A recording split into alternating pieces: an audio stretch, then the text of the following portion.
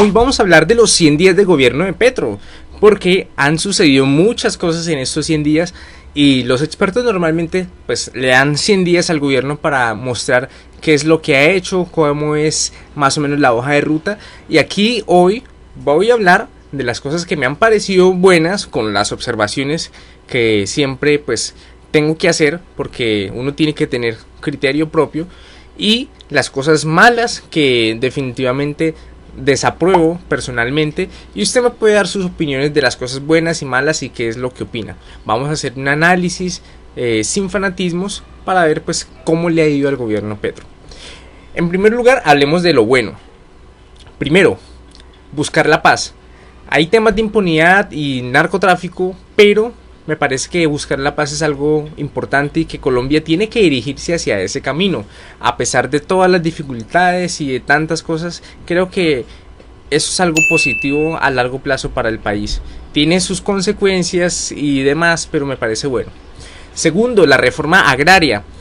A ver, aquí hay que hacer un pequeño paréntesis que nos va a servir para todo el video, y es que yo he criticado bastante la postura no solo de sino de gobiernos también anteriores, de gastar mucho. Es que aquí tenemos que entender que no podemos vivir por encima de nuestras posibilidades.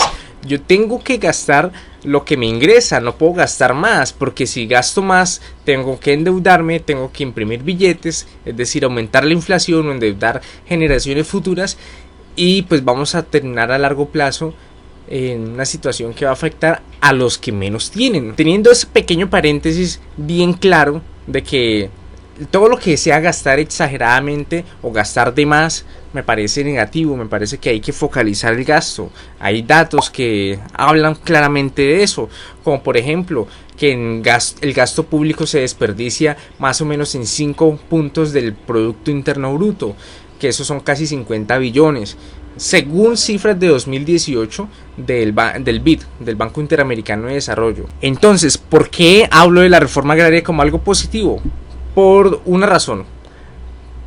Significa que podemos en el mediano y sobre todo largo plazo empezar a diversificar las exportaciones, a diversificar ingresos en el país. Ahorita, por ejemplo, prácticamente el sector petrolero tiene el 60% por lo menos, más o menos aproximadamente, de todo lo que son las exportaciones. Entonces hay que diversificar ingresos, pero diversificar ingresos no es matar a la gallina de los huevos de oro a punta de impuestos, sino impulsar el agro, impulsar otras ramas de la economía que nos pueden servir a largo plazo. ¿Cuáles son las observaciones sobre la reforma agraria?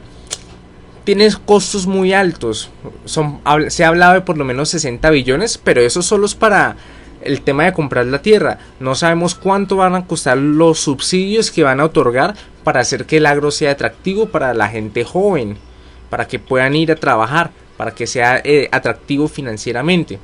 Entonces todos esos costes, recordemos que ahorita estamos en un déficit fiscal. Casi que siempre vivimos en déficit fiscal, es decir, tenemos más gastos que ingresos, vivimos por encima de nuestras posibilidades, y eso hace que para poder hacer la reforma agraria tengamos o una de estas o varias a la vez. Endeudar el país, imprimir billetes si lo deja el Banco de la República, o vender activos de la nación.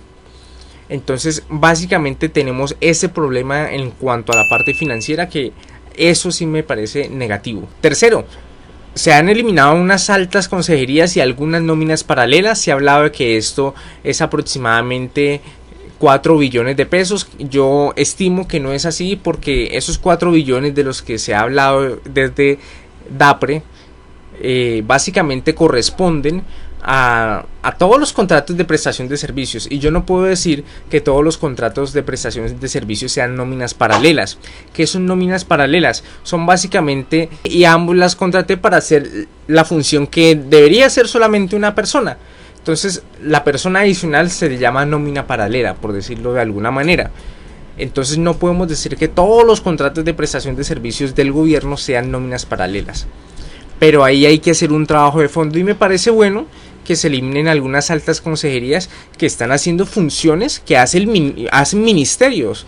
Entonces básicamente me parece eso algo importante.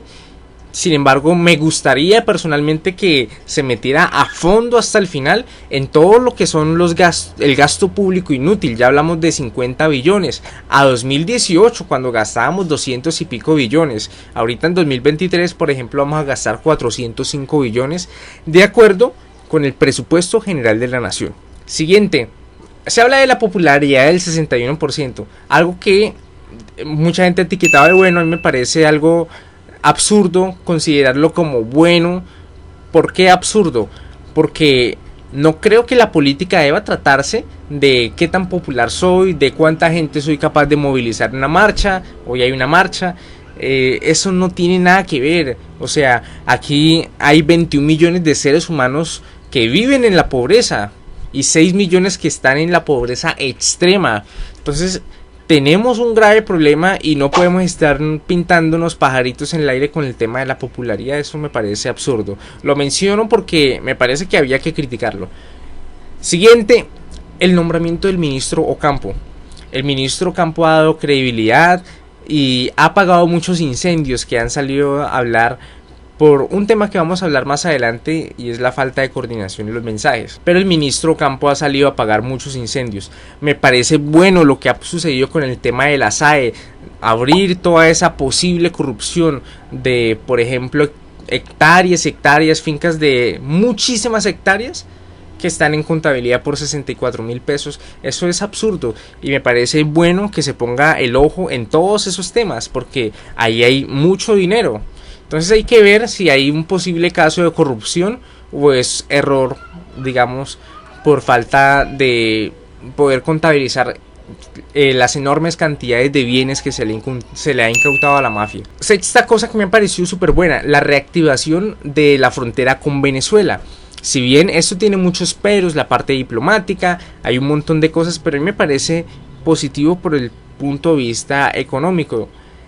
Y la otra dificultad que hay son los cruces ilegales, que tengo entendido que el gobierno ya está poniendo los ojos frente a cómo solucionar todos esos cruces ilegales. Pero me parece que es bueno reactivar esas negociaciones, ese comercio con Venezuela. Hasta ahí lo bueno. ¿Qué me ha parecido malo? Si quieres ver este video, no olvides suscribirte o seguirme en esta página, en este canal, porque en unas horas estará completamente subido. No te lo puedes perder.